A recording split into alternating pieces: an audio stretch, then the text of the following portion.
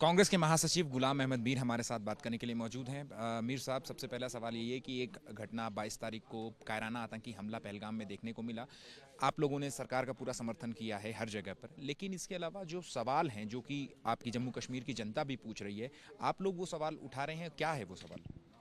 नहीं, सवाल तो बाद की बात आएगी, मगर फ़िलहाल हम हर तरीके से मतलब इस वाक़े की मज़म्मत, ये एक मतलब इंसानियत पर अटैक था, ये कश्मीरियत पर अटैक था, ये जम्मू कश्मीर की माशियत पर अटैक था। मतलब किसी तरीके से भी इनको किसी भी एंगल से किसी भी कॉर्नर से सपोर्ट नहीं मिलना चाहिए। और जो एजेंडा उन्होंने दिया, हिंदू आइडेंटिफाई करके या मर्द औरत अलग करके, हमें उस एजेंडे को हराना है। और उसके लिए जम्मू कश्मीर तो खड़ा हुआ है, पूरे भारत को इसमें खड़ा होना पड़ेगा, न कि उनके एजेंडे को आगे बढ़ाना। तो इसलिए अगर उस एजेंडे को, उनके उस पॉलिसी को अगर हराना है, तो इस वक्त एक ही रास्ता है, हिंदू मुस्लिम सिख ईसाई आपस में है भाई भाई, ये नारा गूंजना चाहिए, ताकि उन टेररिस्ट्स और उनको भेजने वालों को एक मैसेज आए कि इतनी इनकी हरकत की वजह से हिंदुस्तान बटने वाला नहीं, हिंदुस्तान में कोई एटमॉस्फेयर हिंदू मुस्लिम का बनने नहीं देंगे, बल्कि हम अपने मुल्क के अंदर है, सारे मुल्क के वासी हैं, मुल्क की जिम्मेदारी है सब शहरियों को यकसान समझना, यकसान चलाना, ये मैसेज आज जानी चाहिए। लेकिन कांग्रेस के ही कुछ नेता हैं, रणदीप सुरजेवाला ने भी आज ट्वीट किया बाकायदा सोशल मीडिया पर। उन्होंने कुछ जो फैक्चुअल जो बातें हैं इस पूरे अटैक में वो भी उठाई, और उन्होंने कहा कि जिस तरीके से सर्वदलीय बैठक में सरकार ने ये कहा था कि जून 2025 तक बैसरन घाटी जो है वो खुलनी ही नहीं थी, लेकिन लोकल ऑफिशियल्स, पोनी राइडर, इसके अलावा जो आसपास के जो होटेलियर्स हैं, ये कह रहे हैं कि नहीं, बैसरन घाटी तो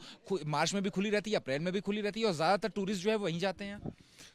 कल राहुल जी के साथ में हम मुख्यमंत्री जी से मिले और लेफ्टिनेंट गवर्नर साहब से मिले।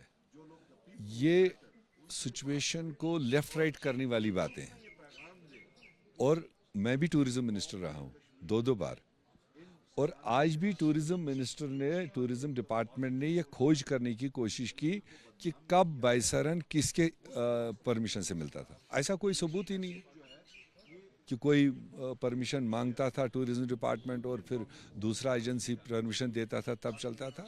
ये तो लोकल, कुछ लोग तो विंटर में भी जाते रहे, जिनको जो स्नो आवर्स है, शूटिंग्स के लिए लोग जाते थे, शूटिंग वाले ज़रूर डिपार्टमेंटों से एनओसी लेते होंगे, मगर सैलानी तो मौका देखकर चलते थे। तो ये मैं पहली बार सुन रहा हूँ कि मतलब ये जून में खुलना था पहले खुल गया, या मई में खुलना था तो पहले क्यों खुल गया। ये इनकी इंटरनल बातें हैं। हमारी इस वक्त मोटी बात है कि हमने टेररिस्ट्स के इस एजेंडे को हराना है। तो सर्वदलीय बैठक में ये गलत जानकारी क्यों दी गई? किसने दी? सरकार की तरफ से ये कहा गया कि जून तक नहीं खुलना था, परमिशन टूर ऑपरेटर। मैं वही कर रहा हूँ, ये मैं इस पर टिप्पणी नहीं करूँगा। कल हम मुख्यमंत्री जी से मिले, जिनके पास इत्तेफाक से टूरिज्म डिपार्टमेंट है, मैं वो कोट कर चुका हूँ। उन्होंने कहा मैंने डिपार्टमेंट से ये पता करवाया कि मुझे बताओ बैसरन खोलने के लिए कब टूरिज्म डिपार्टमेंट, कब सुरक्षा बलों को लिख के देता था, और सुरक्षा बल जब ओके करते थे भी नहीं। तो ये तो ऑल टाइम फ्री है, तो उसमें कभी भी ना परमिशन मांगा गया तो ना परमिशन हासिल किया गया।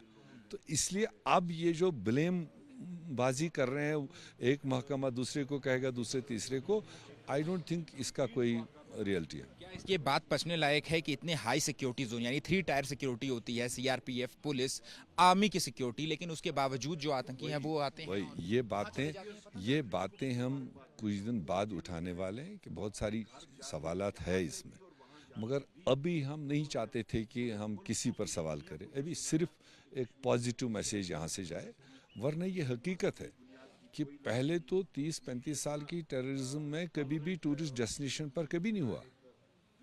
और फिर उन डेस्टिनेशंस में जो सबसे सेफेस्ट मानी जाती है, दैट इज़ पहलगाम। क्योंकि पहलगाम की टूरिस्ट डेस्टिनेशन के अलावा एक और एक्स्ट्रा ऑर्डिनरी जो इसका ये है, दैट इज़ अमरनाथ यात्रा। अमरनाथ यात्रा नेशनल प्रेस्टीज होता है, उनको सेफ सुरक्षित रखना। और 3 टायर, ये पहाड़ तक पूरे भरे रहते हैं 3 टायर सिक्योरिटी से, local police, CRP, BSF, army, और दूर दूर तक होता है। और उसके बाद जब यात्रा खत्म होती है उसका मतलब नहीं कि सारा फोर्स उठता है। एस्टेब्लिशमेंट आज भी है यहाँ पर, आर्मी भी है, सीआरपीएफ भी है, पुलिस का भी बेहतर कंटेंजेंट है, नियर बाय अश्मुकाम तक कैंप है।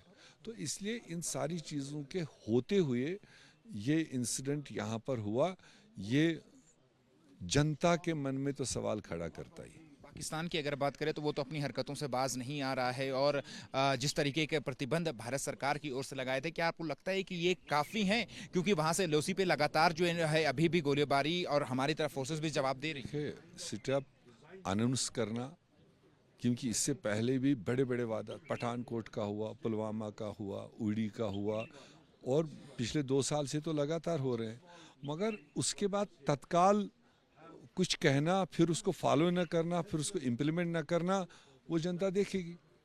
आज भी जो स्टेप उठे हैं ये तो एक्सपेक्टेड था, हादसा हुआ तो कुछ स्टेप्स उठेंगे, अब उठे उसको इम्प्लीमेंट कितना होगा है।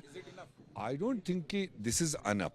देश की जनता 140 करोड़ लोग चाहते हैं कि अब 12-13 साल 36 इंच वाले को 56 इंच वाले ने जो यही कहते कहते वोट लिए थे, अब तो मौका आया है, अब तो जनता को सुरक्षित कराओ।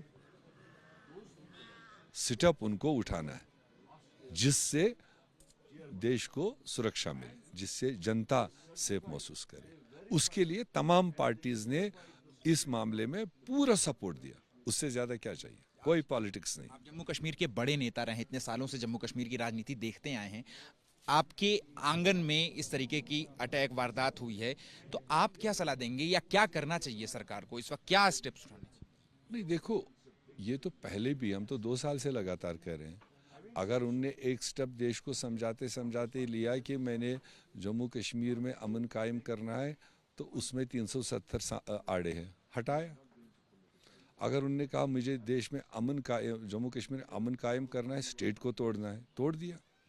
अगर उनने देश को ये कहा कि मुझे यूटी बनाने से वहाँ सपोर्ट मिलेगा, ताकत मिलेगा, तो बनाया। 7 साल से यूटी है और उसके बावजूद इतने बड़े जो हादसे हो रहे हैं, ये तो अपने आप में एक सवाल है।